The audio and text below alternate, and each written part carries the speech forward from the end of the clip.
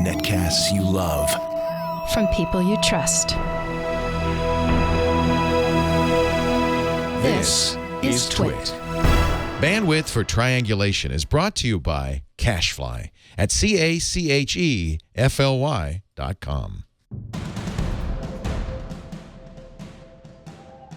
This is Triangulation, episode 234 for Monday, January 18th, 2016. Jonathan Haidt.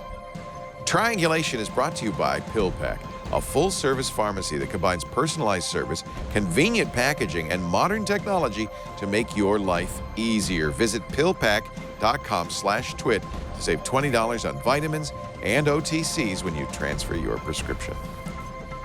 And by Igloo software. Igloo is an intranet you'll actually like. It connects people with the information they need to do their best work. Try it for free at igloosoftware.com/twit or sign up for a live demo to see it in action. And by Squarespace. Squarespace is the simplest way to create a landing page or a beautiful website for your portfolio, your blog, your business, your online store. Enter the offer code Triangulation to get 10% off. Squarespace, you should. It's time for Triangulation, the show where we get together with some of the smartest minds in technology. And this is going a little far afield on this one, but I really want you to have an open mind and listen, and I think we will all learn a lot. I want to mention one thing. This is Martin Luther King Day. Yes, we are working on Martin Luther King Day, and I thought it would be appropriate to read this email from Stuart Butterfield, who is the founder of Slack, founder of Flickr, who sent an email to his employees yesterday about Martin Luther King Day. And this will be our observance, I think, of MLK Day as best we can, since I don't give the employees the day off. He says, I don't want to get in the habit of editorializing about the significance of different holidays. However, I will take this opportunity to encourage taking a bit of time for reflection. Dr. King was unquestionably an important figure, and his legacy is worthy of recognition and celebration. He's also part of a historical movement that has included people like Harriet Tubman and Frederick Douglass and Rosa Parks and Malcolm X. It has also included thousands of other less well-known activists and champions, and millions of individual people across many decades and many generations. The movement continues to this very day in Ferguson and Cleveland and Baltimore and Chicago and all across the country. These are people who have been beaten and burned and raped and shot and hanged because they stood up for their own basic dignity. Not people asking to take something from someone else, not people threatening harm, but people asking for an equal right to vote, to have freedom from violence, access to education and housing, and the right to make a living. Think about that. Think about how profoundly shameful it is that there ever had to be a civil rights movement. Stuart Butterfield says there aren't two ways to look at that. It may make you sad or disgusted or furious, but there is no question on which side justice resides. Dr. King accomplished much individually, but it is fitting to think not only of him, but also of the millions of others and of the movement which still goes on. And I think that's appropriate to read on this Martin Luther King Day. So thank you for putting up with that. I'm going to have one more favor to ask of you. Our guest today, Jonathan Haidt, is a professor of psychology, a very interesting field, a part of psychology, moral psychology at NYU. He has written a book that to me was an eye-opener called The Righteous Mind. He also wrote a cover story for The Atlantic in September that opened a lot of eyes and mouths called The Coddling of the American Mind. And he has done some very interesting research on moral psychology. Thank you, Dr. Haidt, for joining us. I appreciate it. My pleasure, Lee. Pleasure to be here. He's, I presume, at home. In my office in New York. At home, I hope, not working on Martin Luther King Day. My office. All right. It's hard to. Yeah. Professor's job is never done. I want to encourage you, and this is the favor I'd like to ask, to pause this video and to go watch Jonathan's TED Talk from 2008. 2.5 million views so far. It's really worth watching. And what he talks about in 18 minutes there is really the foundation of the book, The Righteous Mind. And it will be very helpful, I think, if we don't have to completely go over the basis of this. And it's a wonderful TED Talk, which will really stimulate you. And I'm sure, John, it went over very well at TED. Mm-hmm. It seemed like it did. I was basically talking to an audience that I knew was going to be entirely on the left. And I kind of wanted to challenge them to say, given everything we know about morality and how we easily bind ourselves into teams. We're convinced that we're right. It shuts down our thinking. So I kind of wanted to challenge the audience to say, well, do you think that might be happening to you? Do you think that all the things we're talking about here at TED, we really are open-minded about, or might there be some politics influencing our thinking? And shouldn't we step back and really try to be open-minded? And this all goes back to a debate in the early days of psychology about babies. Are babies born a blank slate and who then learn morality from their parents and their environment? Or is morality innate? Are we born with a moral compass which we then live out through the rest of our lives? Mm-hmm. Yeah, that's probably the biggest question in the social sciences of the 20th century. And if you go back to around the 1950s or 60s, there were people who thought, or actually most of the 20th century, there were people who thought that human nature it doesn't put many constraints on us. And if you just raise kids in the right way and you have the right feedback to them and you can control the media, you can make them into anything, doctor, lawyer, even beggarman thief, as one famous psychologist put it. But once the twin study started coming in the 1980s, and we discovered that even if identical twins were separated at birth, raised in different households, they tended not just to have the same personalities, they tended to have the same idiosyncrasies, like a certain habit of a certain way of pushing up your eyeglasses. And our genes make our brains. Our brains have a certain orientation to the world. Some people's brains are really curious. They're oriented towards novelty and variety. And those people, when they grow up, they tend to vote on the left. And other people like more stability, predictability. They're more conscientious, more orderly. Their offices are neater, it turns out. And these people, when they grow up, they tend to be attracted to politics on the right. And so that's the takeoff point for a lot of political psychology these days, that there are innate differences of personality. Those don't determine who you're going to vote for, but they predispose you.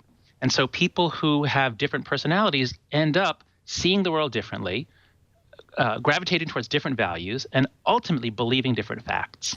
Although we all know, kind of the kid who grew up in a conservative household and to rebel became a liberal and vice versa. So it's not written in stone. No, it's not written in stone, but actually the funny thing is you don't really get your values and personality so much from your parents by what they do. In other words, the behavioral genetics studies show that the biggest single determinant of all of those things you mentioned is your genes.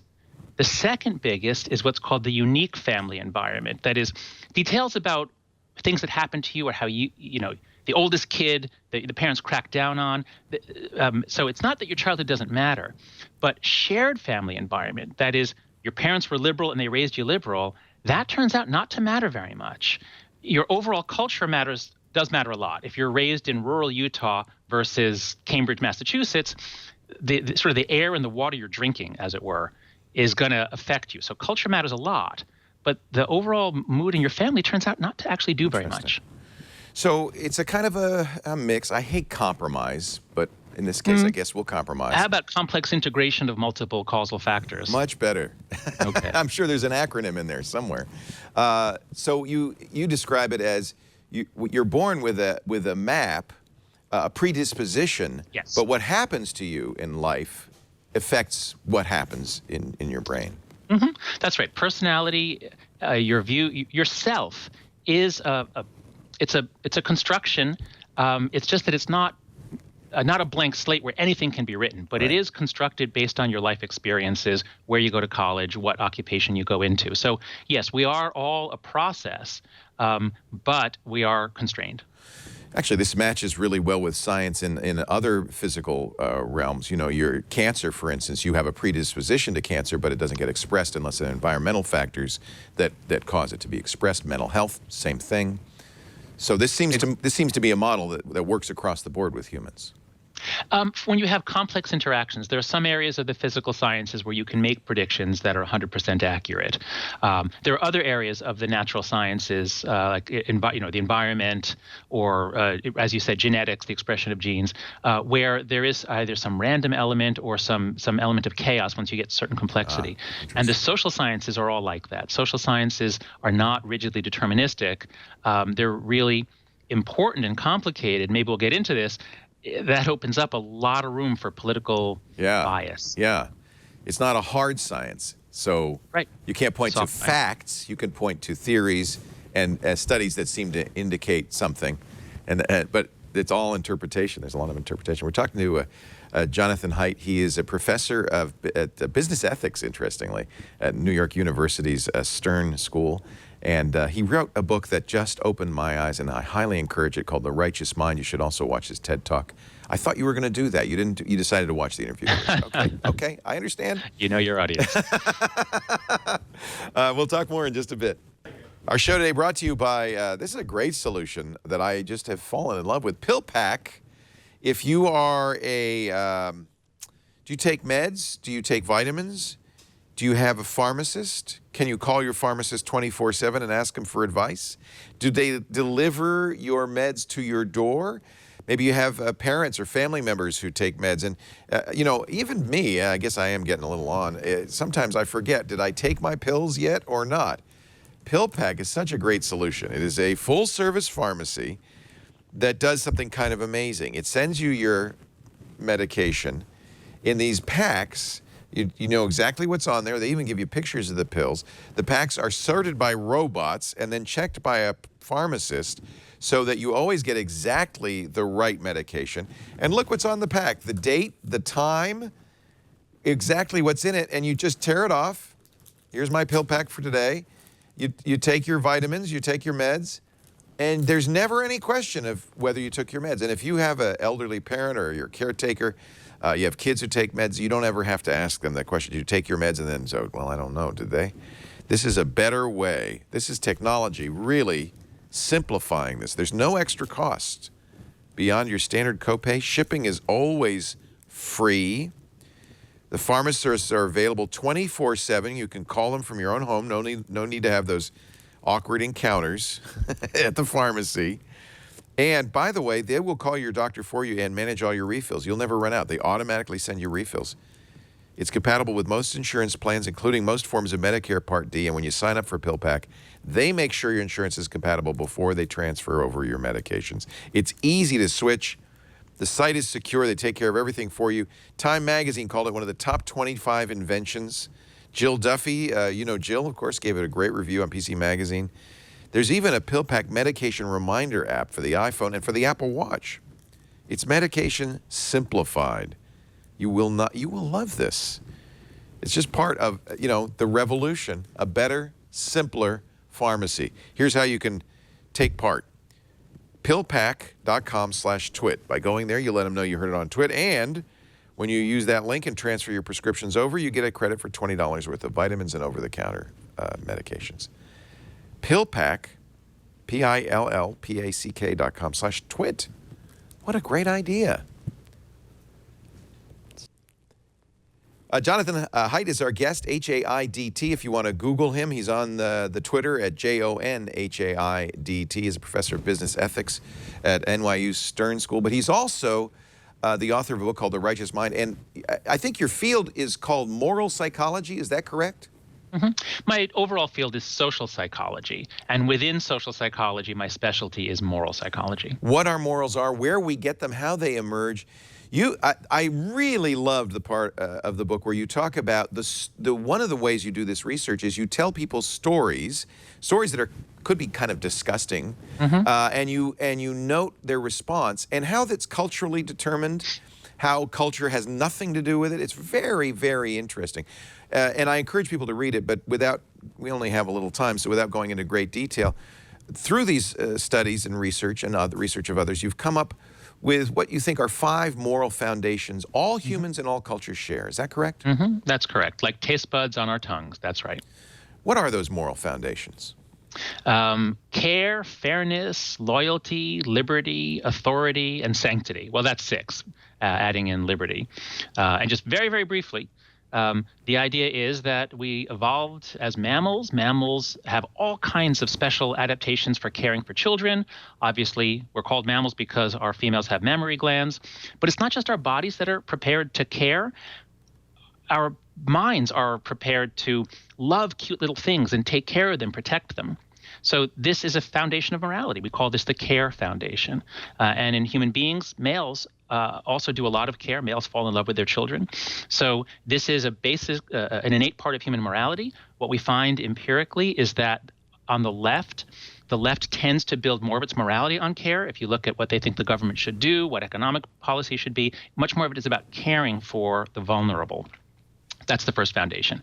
Then more briefly, issues of fairness, reciprocity, proportionality, that's another bundle. Issues of group loyalty versus betrayal is another bundle. And boy, are we seeing that a lot in the world in the last year. Issues of liberty and autonomy versus oppression. Issues of authority versus subversion.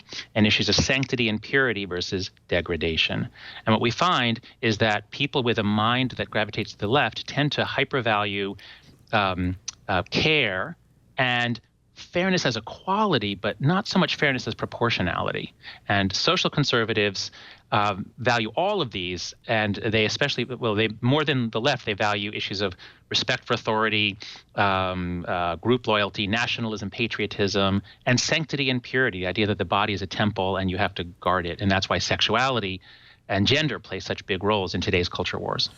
There's a great article about you in Scientific American in which they show, I guess these are your slides from the TED Talk, in which you look at these foundations: care, fairness, loyalty, authority, and sanctity, and you put it across a graph of very liberal to very conservative. Now, this has applications in many areas, but I think one of the areas that is of great interest to us right now is why there's such a polarity in political discourse in the United States.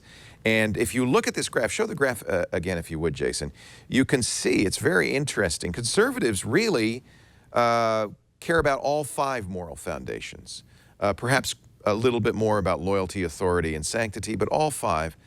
Liberals tend to really focus on the first two alone, care and fairness. And it, unfortunately, what's happened in our country is, and you really express this well in the book, we demonize the other side. They're stupid, they're dumb, they're wrong, they don't understand what's going on. But if you understand this simple graph, you can see that it's not that they don't understand, they have there's differing values, and we judge everything by those values. That's right. And we're seeing this more and more globally. So, for example, think about refugee issues. I mean, what could play upon the CARE Foundation more intensely than seeing a dead 2-year-old toddler washed up on a beach? Right. And so if your politics is about care for the vulnerable, so all over Europe, the left is saying we must be compassionate, we must take them in. And the right, it's not that they're less compassionate in their own personal lives, but in terms of politics, they don't think compassion is a big part of politics and policy. They can be much more hard-hearted in terms of policy. But as you point out, there's good reason for this. Yes, there's good evolutionary reason for this.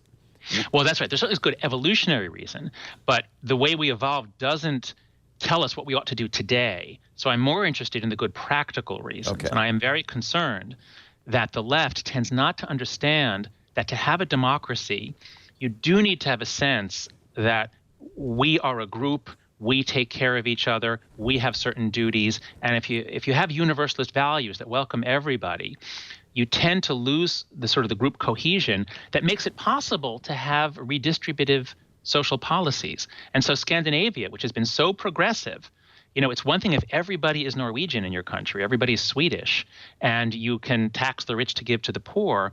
But when you have universalist values that welcome in variety and diversity, have generous benefits to refugees, they're not integrating, before you know it, you have very serious social problems that undercut the very conditions that make a sort of a progressive left-leaning social policy possible. Yeah. So there are some ways in which I think what we call liberalism in America or progressivism sometimes is self-defeating or self-limiting. There was a really good article today in Politico about the authoritarian streak in America. I read that, yes. And this seems to be related to the kind of research you're doing. Matthew McWilliams, who's a graduate student in psychology, did some sampling, a poll of 1,800 registered voters, and found that there was one simple trait that determined whether you were a Donald Trump supporter. And it's not what many people think: economics, education. It's a trait called support for authoritarianism. Right. And you can determine, this is a little weird, but you can determine how authoritarian somebody is by how they view child rearing. Mm-hmm. And do you feel like this article is accurate? That this, I mean, well, I think there's something. There's certainly something to it. I had an article myself a couple weeks ago about what distinguishes Trump supporters as authoritarianism. That particular article that you're referring to, I was a little wary of because it seemed to say this is the one trait, and it said that education, income, all those other things had no relationship. I find that very hard to believe. Yeah, they're probably linked. Well, that's right. It's very, yeah. So the article was presenting it as though there's a single feature, right. And I think that's not true. Secondly, lots of people believe that that children should learn respect for authority. Most conservatives believe that, right. And so to simply say if you said yes to that, you're an authoritarian, that's also a gross exaggeration. That struck me as well. Yeah. Yeah. So I think that article went way overboard, but I think it's correct that authoritarianism is relevant here. I think the most reliable source for thinking about authoritarianism is a political scientist named Karen Stenner, who wrote a brilliant book called The Authoritarian Dynamic. And the heart of it is that there's three different kinds of people that support the Republican Party in America today. There's what you call the laissez-faire or free market conservatives, who are not conservative at all. They're classical liberals. They believe in economic freedom. They're not authoritarian at all. Then there are the status quo conservatives, the ones who, going back to Edmund Burke, the ones who value stability and order and not rapid change. And they're not authoritarian either. And then there's a group which is really freaked out when they perceive variety and diversity, and especially moral collapse or moral coming apart. And when they perceive that, they actually get really aggressive. They want to shut down the borders. They want to stamp out deviance. They're much more supportive of violence. This is the only group that's actually incompatible or can be a risk for democracy. So I think our chaotic times are activating this authoritarian streak in some of our fellow citizens. So you can't blame this all on conservatives, but I do think that Donald Trump appeals to them. Yes. And that kind of was the point, whether you agree with the bulk of the article, that was kind of the Politico's yes, that's point, right. Which was we live in dangerous times because we have activated this authoritarian streak. The book by Karen Stenner is called The Authoritarian Dynamic. It's available on Amazon, and another I find this whole area fascinating. You asked before we began, well, what's the tech angle in all this? Yeah. And partly I find the mind fascinating, and I think our audience is very interested in how we work as humans. But I noticed somebody gave me my coffee cup with my support for my San Francisco 49ers, and teams are very much a part of tech. In fact, I think one of the reasons the Apple Watch sells so well is not because of its functionality, because it's a declaration, just as this is, that you're on Team Apple. It's a salute, in effect. And it's one of the problems we as tech journalists have is our audience, our readers often want us to play for a team. Mm-hmm. Now there's good reason for this, as you point out, both in your TED Talk and your book. This is how societies get built. Tribalism is built into humanity. Mm-hmm. Yep. But it can also blind you to other choices in technology as well as in life. That's right. That's one of the central ideas in The Righteous Mind, is that human beings evolved not just by a process of competing against each other, but by a process of groups competing with groups. And our minds are shaped for tribalism.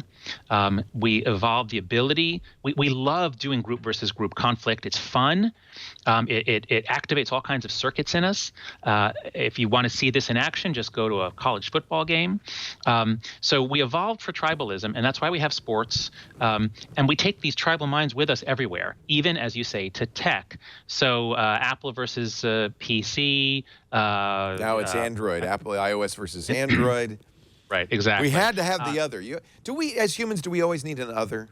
Not always. No, we don't always need another. So you can have a very decent society. I mean, when you start bringing in another, that binds the group together, and that can bring out competition, and that's not necessarily a bad thing. And so partisanship is not a bad thing.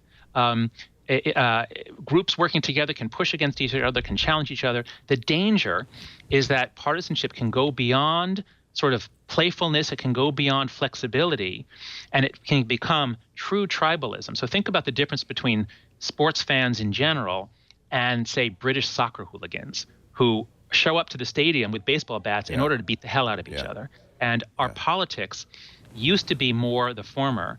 And beginning in the late 90s, the cross-partisan hostility began ramping up. People really hate the people on the other side now. So now, unfortunately for our democracy, we really hate the other side, and that means you can't compromise. And that's you can't do that with a democracy, and so we're really in trouble. Yeah. I think respect for other opinions and the diversity of opinions is really one of the reasons I wanted to have you on. I think it's so important that we all, in the media especially, beat the drum for this notion that, you know, the other guy's not a jerk and a dummy. He has reasons for the way he thinks. And, you know, in my own personal life, one of the reasons I became interested in this is, and I'll admit it, I'm a Democrat, I'm a liberal, and an atheist, and my wife is a conservative religious person, my wife. So in our own household, we have this conflict, and I wouldn't be able to live my life if I had to think my wife's an idiot. It doesn't work. So I've had to learn respect for the other side, and you know what? It's been very valuable to me. And there's a huge value in thinking about the other person as somebody with a point. Even if it's somebody who uses Android. I don't understand it. It's crazy. Yeah. But that's going to be increasingly uncommon as all of our institutions are purifying, as we're increasingly less likely to meet people who differ from us. And so our ability to understand each other is decreasing. Are you a believer in Eli Pariser's filter bubble? His criticism of the internet was that we tend to end up tuning out differing opinions. On the other hand, in some sense, I feel like the internet has given us a great opportunity to hear other opinions. That's one of the things that's helped me. Yes, certainly it's the most incredible tool for learning, for discovering other ideas. But one of the most important psychological principles in moral psychology or social psychology is called confirmation bias. Yeah.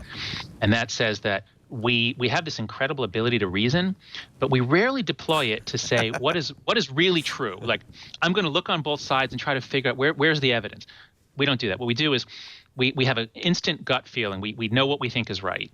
Someone says, well, actually, you know, more guns means means fewer deaths or whatever. Just someone says something, and you instantly decide either you want to believe it or you don't want to believe it, and then you send your reasoning out like a servant. Find me evidence to show that guy's a schmuck or to show that he's right.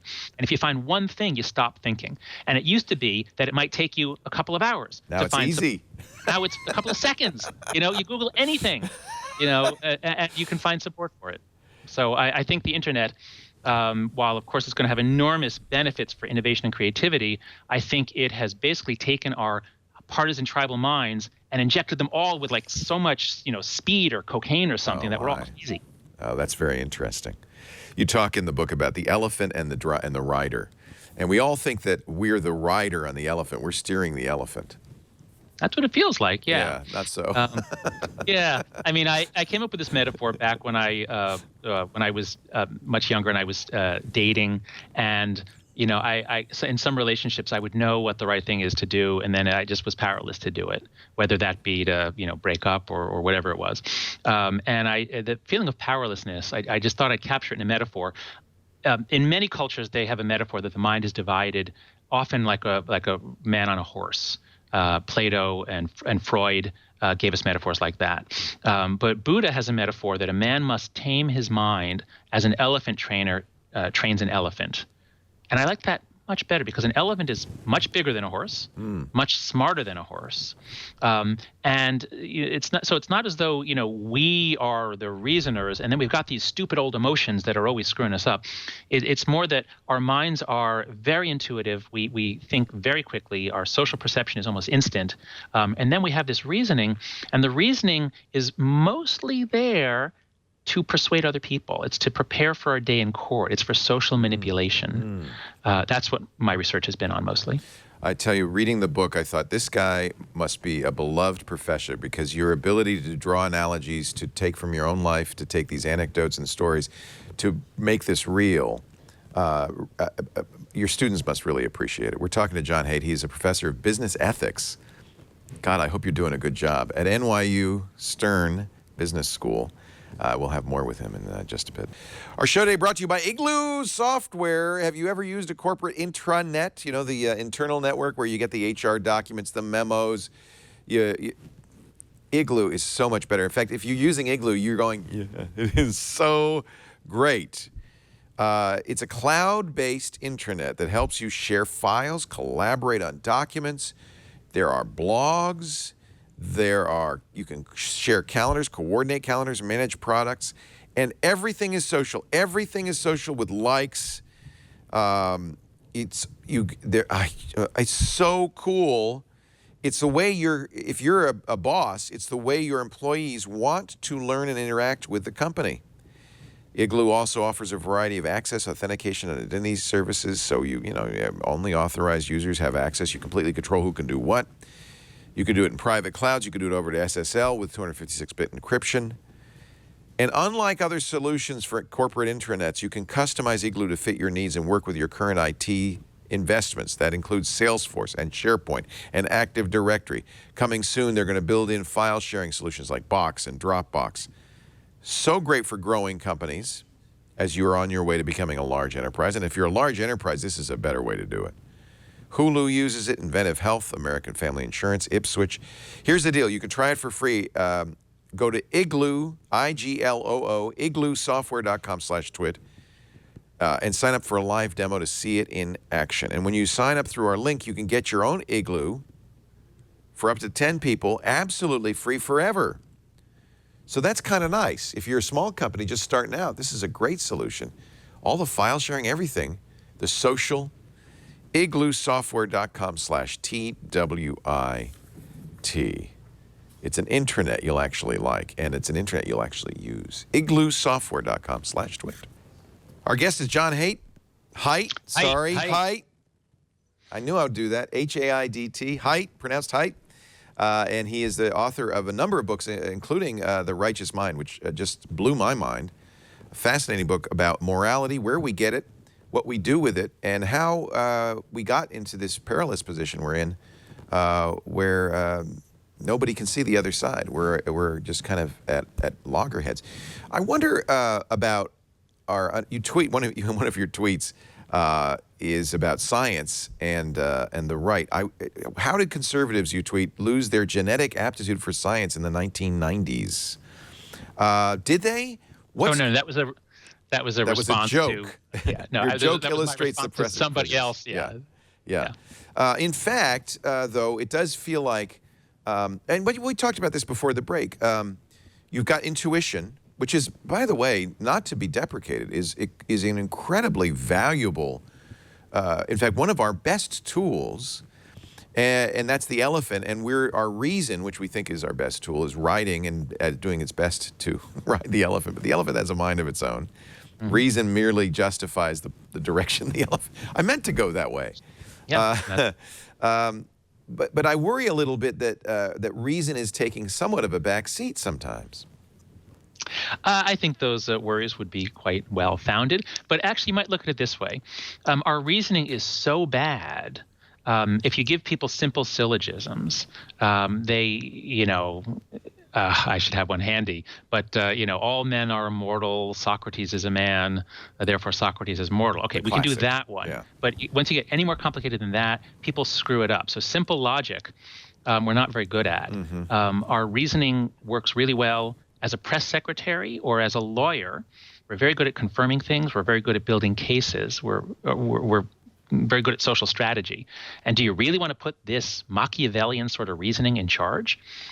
I think cultivating a sense of basic decency, a sense of humility, the sorts of virtues that most religions in some parts, traditionally cultivated, is a better guarantor of good behavior in adulthood than is training in logic or reasoning. And I don't mean to say we need religion per se, any ethical system, but the point is virtue ethics, which was the system praised or used by the ancient Greeks, by the ancient Chinese, by every ancient society. You have to tune your kids up gradually, you have to train their habitual responses, and then they will be ethical as adults. That, I think, is the right approach. Whereas teaching them a few principles or expecting them to reason their way through, that's just not going to work. Well, I like it that you use the word humility, because a certain amount of humility about your own opinions is not a bad thing and will go a long way to improving political discourse in this country. Yes, this is, I think, one of the biggest things that we have lost. One thing that we know for sure in social psychology is that we are overconfident. We know the reasons, or we come up with reasons for our beliefs and opinions, and we're so sure. 99% of scientists agree with me on this, we are vastly overconfident. Truth, it turns out, comes best from a process. And this is why science has been so successful. Science has not transformed the world because scientists are so smart. It's because in 17th and 18th century Europe, there began to be a community and institutions by which people would inquire into the nature of the world. They would have their hypotheses, and then others would challenge them. And if someone challenged you with evidence, you had to have counter evidence, and you'd argue this out before the community. And so science is an institution that gave us institutionalized disconfirmation. We're all good at disconfirming each other. And so that's what we need, because we're not that smart as individuals. But if you put us together in the right way, the truth can come out. Now, I'm very worried as a social scientist because the social sciences have always leaned to the left, and that's okay. It doesn't have to be perfectly balanced. But there used to be some conservative social scientists. And beginning in the 90s, the academy moved from left to almost entirely left in all the major social sciences other than economics and in all the humanities. And so now, if you say almost anything that's pleasing to the left, or you come up with a study that shows, something about institutional racism or whatever the left wants to believe, no one's going to challenge it, because first of all, you can't challenge it, or you'll it's the orthodoxy. Yeah. Exactly. So the social sciences, I'm very concerned, are breaking down, not on everything, but on anything that is politically charged about race, gender, politics. Our findings are not that reliable anymore. That's my major project now. And so along with some other professors, we started a site at heterodoxacademy.org because we believe that universities should not be orthodox. There should be diversity of opinion. And yes, diversity of race and gender are important, but diversity of thinking is far more important, and we've lost it. I think there are those, some on the left who might say that you are a stalking horse for the right. I used to be on the left. I got into political psychology because I hated the Republicans and especially George W. Bush, and I wanted my research to be useful to the Democrats. So I was very much on the left. And then in the process of writing The Righteous Mind, I really tried to understand conservatives and later libertarians. And I came to see that everybody has a piece of the puzzle. Each group can see certain threats, certain social facts or realities that the others can't see.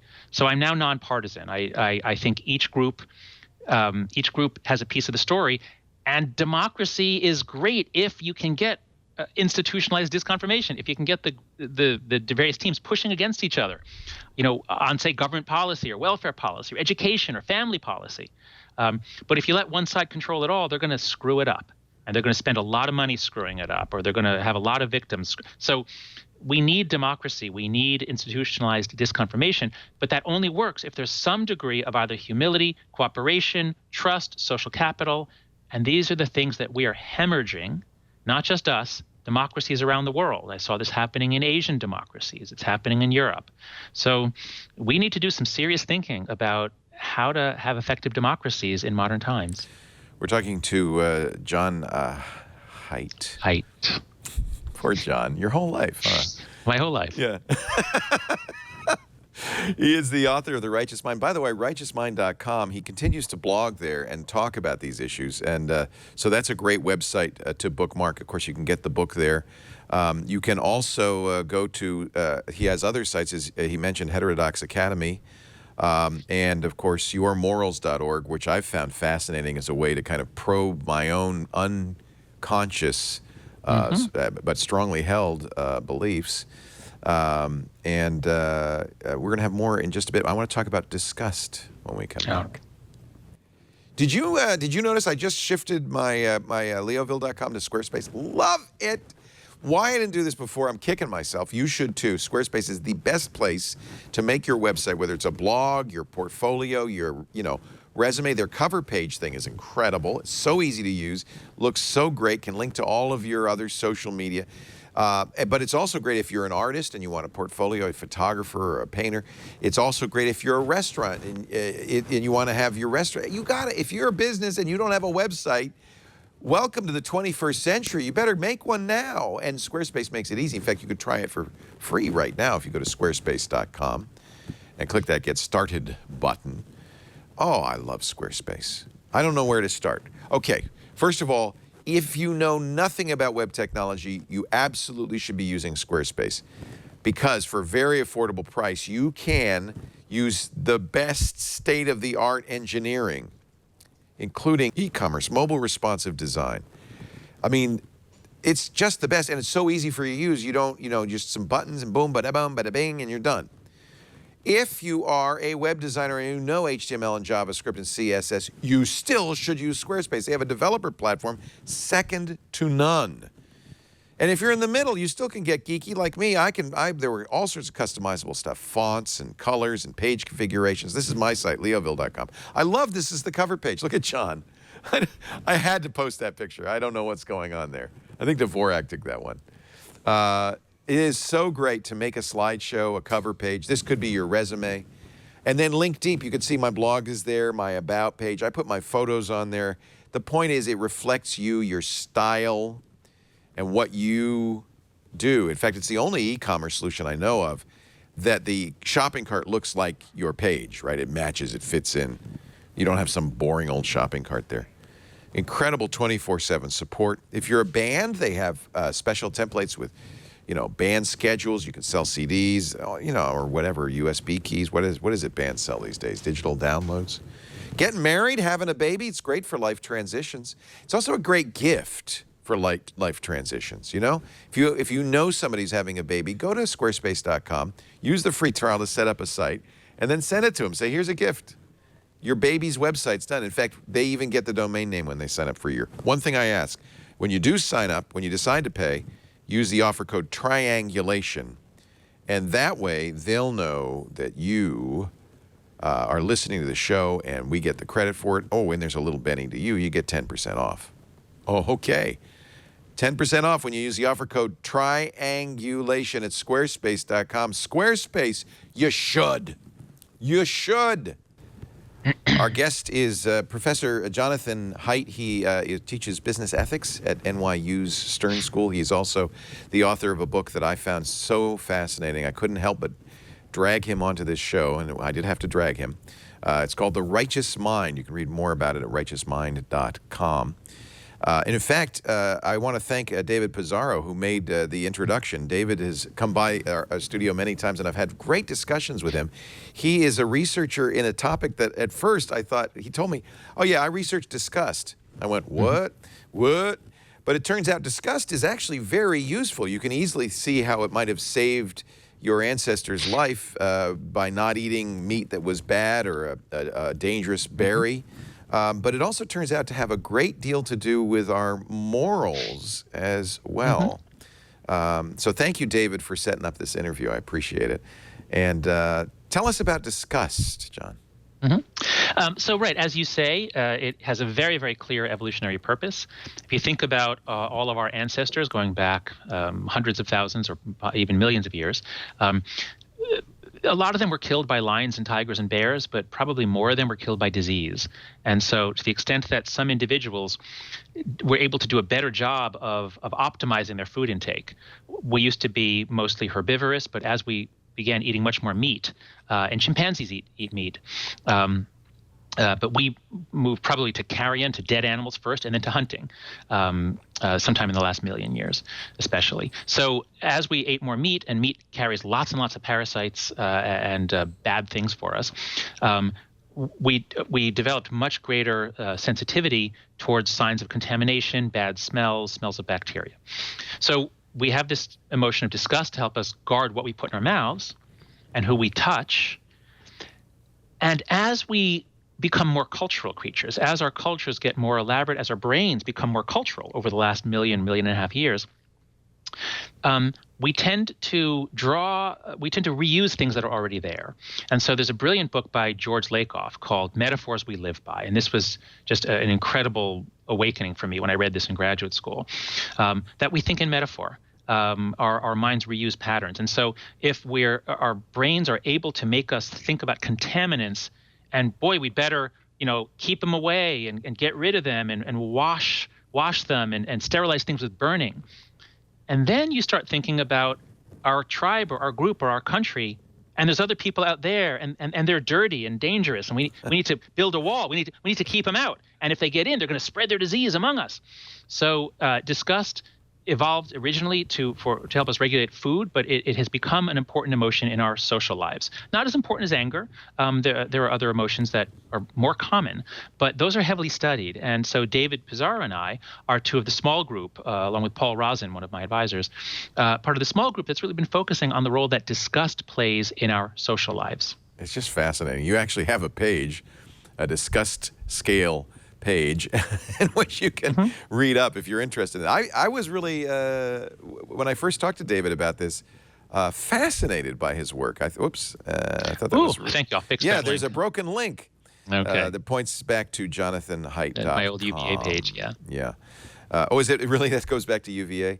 Yeah. That shows that you very early on, you have many, many websites talking about all these different issues. You quickly jumped on the internet as a way to talk about this stuff. Was that because you worked with kids, or? I don't know. It just seemed like if you have, personality scales, if you have publications, in the academic world, we're not like trying to sell things for money. Well, I shouldn't say that. Now I'm in a business school, and it's annoying to me that like all the, all the readings, all the cases you have to pay for. In the rest of the academy, you discover something, you put it up. Give it away, yeah. Well, I'm so grateful that you have done the work you've done and that you do publish so much of it. I point people to, we didn't really get to talk about it, but I know you have to go.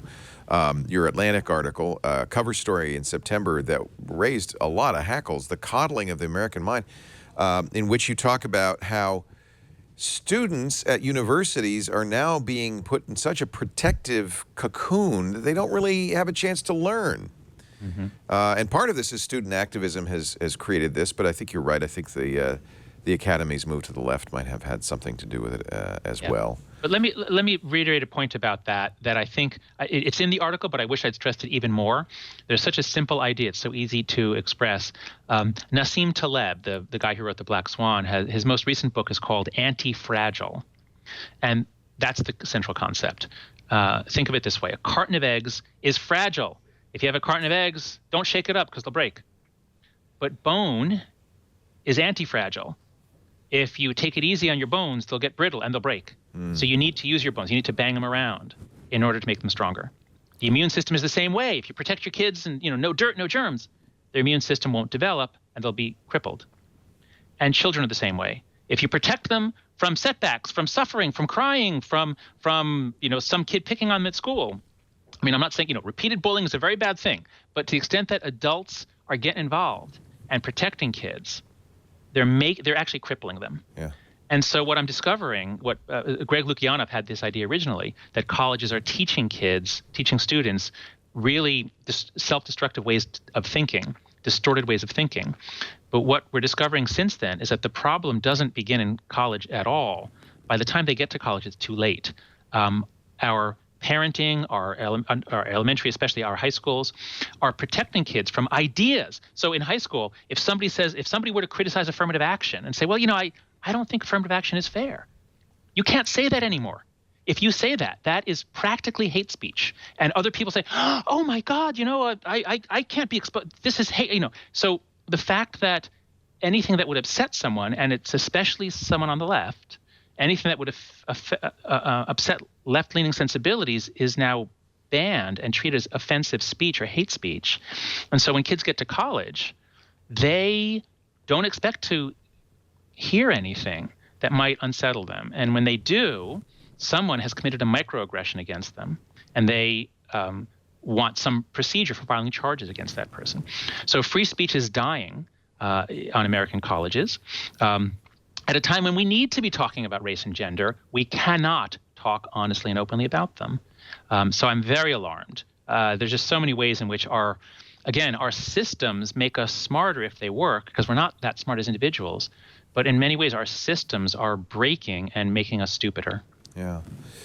And you could see how it happened because, and I think we in the media are a little bit to blame because we scared the hell out of parents with stranger danger in the 1990s. Exactly. Yeah. And it began in the 80s. This is, again, something I learned since the article came out. The key period is 1979 through 1984. Right. Before 1979, kids spent a lot of time alone. You come home from school, you go out and play. In 1979, Eitan Pates is abducted 3 blocks south of where I am right now in Greenwich Village. And nobody could even imagine that he was killed, because who would kill a child? I mean, it just didn't make any sense. But then the next year we get cable TV. Adam Walsh is another high-profile kidnapping and murder. And we start getting the kids' photos on milk cartons. So by the mid-'80s, parents are freaking out that there's so much danger. We have to protect our kids. Don't let them outside. Don't let them. You have to always be supervising them. But if you're always supervising them, then you make them fragile. They need to fail. They need to get hurt and not come running to you. And we don't let them do that anymore. And so now, my kids are 6 and 9 years old. If I were to let them walk to a park, even if I lived in the suburbs, I live in actually incredibly safe city, New York City. But even if I lived in the suburbs, if I let them walk 3 blocks to a park, I would be arrested. I could be arrested. Yeah. That would be child endangerment. So sad. And you can't raise kids that way. Yeah. The Europeans still do it. Yeah. So they're not as fragile as we are. But American kids, we're making our kids fragile so when they get to college, they're so emotionally fragile, they can't stand to be exposed to ideas that are upsetting. It's interesting. You have all these ideas, and now you have kids. Mm-hmm. And I'm curious if having kids has changed any of your perception, or you still want to go full speed ahead with the free-range kids. Oh, yeah. I mean, so having kids does make you a little bit more conservative. The research shows this. The main way is just that you kind of realize that there is a role for authority, and that if you, as a father, if I try to just be my kids' best friends, they're going to come out spoiled brats. Yep. And sometimes I have to say, here are the rules, and if you break the rules, I'm punishing you. And, that's hard, It's really hard to do, and kids love it. Yeah. Well, that's right. It's amazing. When you're consistent, it's amazing the way they get it. Within 2 or 3 days, they get it. And then your home life is just much better. Yeah. So, I have, from studying conservatives, I think it's helped me be a better father. I'm not a conservative. I don't have a conservative disposition. But it has helped me be, I think, a more steady father. I gave you at the beginning of the show some homework to watch Jonathan's 2008 TED Talk, because that's a foundation, really kind of an 18-minute summary of what The Righteous Mind is. Your homework, read The Righteous Mind. And then he was invited back to TED in 2012, and a very interesting talk that, again, you don't mind being controversial. Religion, evolution, and the ecstasy of self-transcendence. A defense, really, in some ways, for the religious mind. A defense, I agree with you, and 100% with it. And I think it's challenging and fascinating and wonderful. And John, I want to thank you so much I know that you're very busy, and I really appreciate your giving us some time to talk. My pleasure, Lee. This was a lot of fun. Thank you. John Haidt, he is the author of The Righteous Mind. Read it. Watch the TED Talks. And then we'll talk, okay? We do Triangulation every Monday, 11 a.m. Pacific, 2 p.m. Eastern Time, 1900 UTC. Please tune in live. You're a big part of it. The chat room, of course, is the third leg of the triangle, the third side. Your questions, your suggestions help direct the show. But if you can't watch live, you can always watch after the fact. twit.tv/TRI, or subscribe, and you'll get every episode on iTunes. We have apps on Apple TV, on Roku, Stitcher, Slacker. In fact, our own Twit apps will be coming out in a month or so, and you can use those too. But every podcast app works. Please do subscribe. We really appreciate it, and I think it's really well worth listening to. Thanks for joining us. We'll see you next time on Triangulation. Bye-bye.